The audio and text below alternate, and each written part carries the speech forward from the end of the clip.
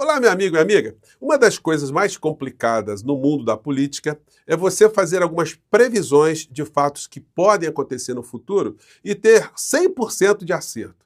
Mas, quando você se baseia em experiências que já aconteceram várias vezes e sempre tiveram o mesmo resultado, aí a sua projeção pode até chegar a perto de 100%, até cravar no 100%.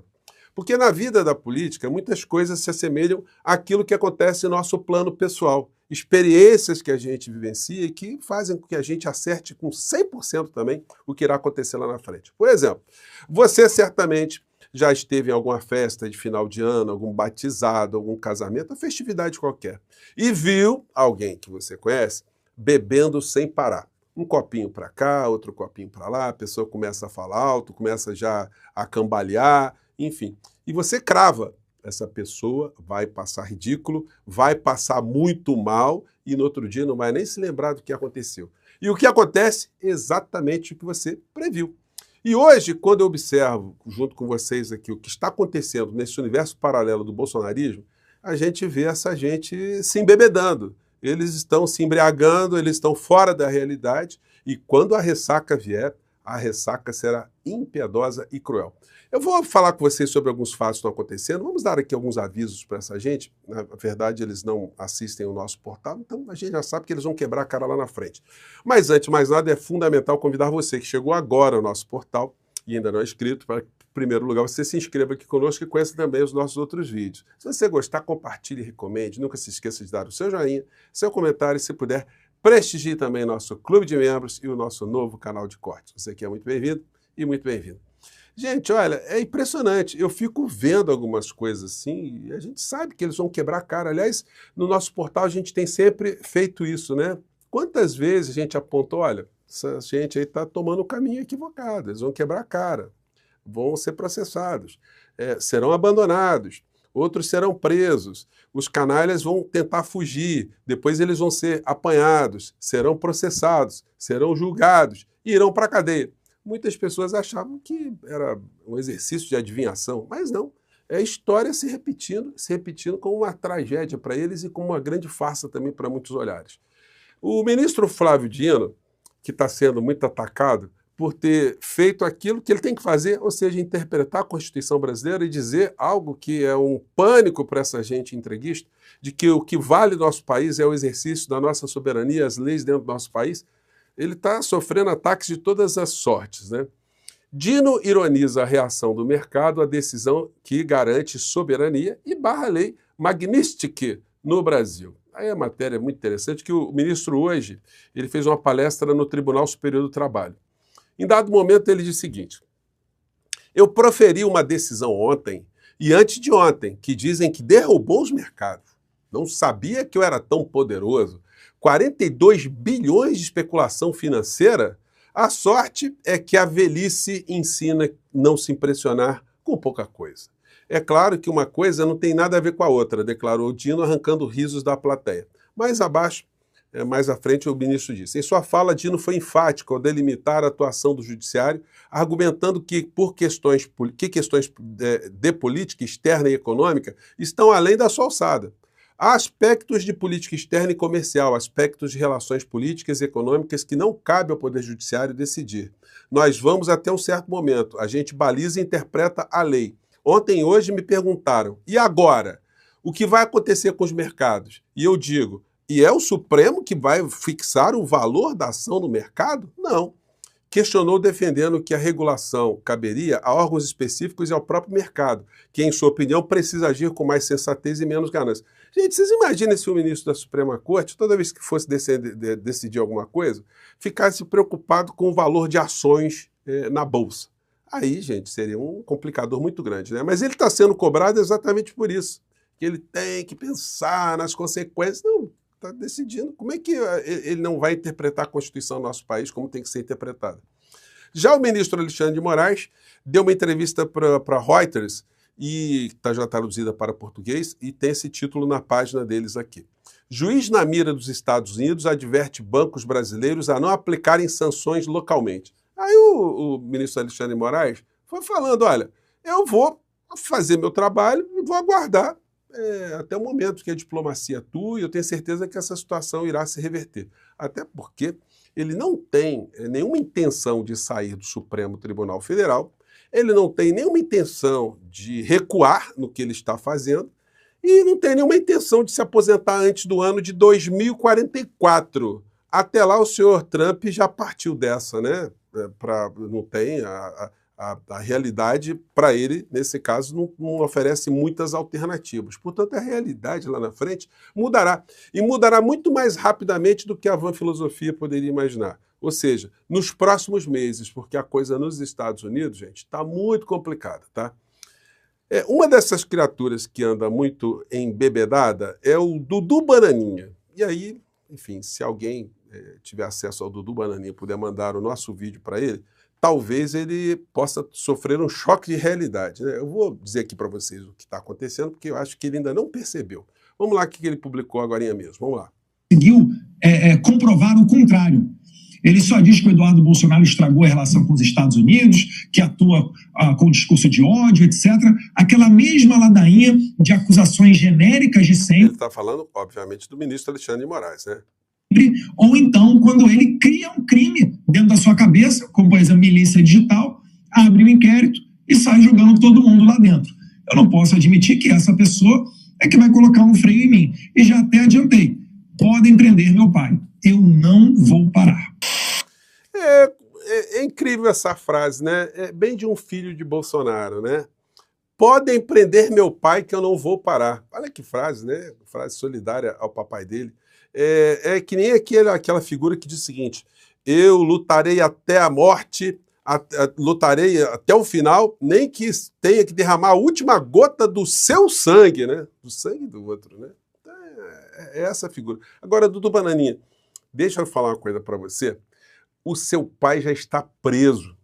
O seu pai é criminoso. É duro escutar isso, né? Seu pai ajudou a matar muitas pessoas inocentes aqui no nosso país. O seu pai tentou destruir a nossa democracia. E agora ele está agarrado. Ele está numa prisão domiciliar, e ele só sairá dessa prisão domiciliar quando houver uma sentença penal condenatória definitiva. Então, olha, lamento te dar esse choque de realidade, mas dificilmente, até ver o seu pai pessoalmente, vai ser difícil para você. Porque se você puser os pés no Brasil, você irá em cana.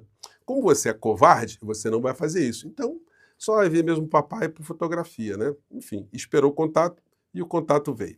É o fim dessas criaturas. Agora, nós estamos vendo, né, gente? O resultado será esse. Essa gente do Trem Fantasma, eles esqueceram que daqui a 13 dias começa um evento muito importante no Brasil, que é o julgamento do criminoso maior da nação, o Bolsonaro. Eles estão comemorando, ou comemoraram muito hoje, fazendo selfie e tal, porque conseguiram a presidência da CPI, que verificará as fraudes, né, contra idosos no INSS. Então, foi uma festa total, né? Fizeram algazarras, enfim.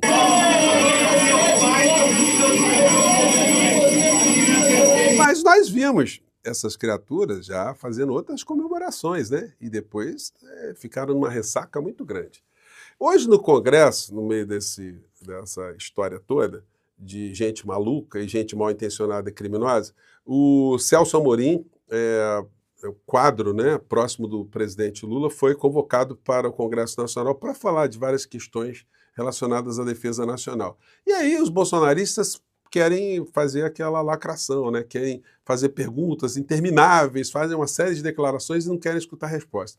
O Celso Amorim, ele sempre como um diplomata, né? Ele foi um gentleman, sempre respondendo, sem cair nessa ladainha, porque ele sabe que conversar com insano e mau caráter não leva a absolutamente nada. Mas o Lindbergh Farias chegou e mandou algumas sapatadas lá que eu quero compartilhar com vocês. Vamos lá.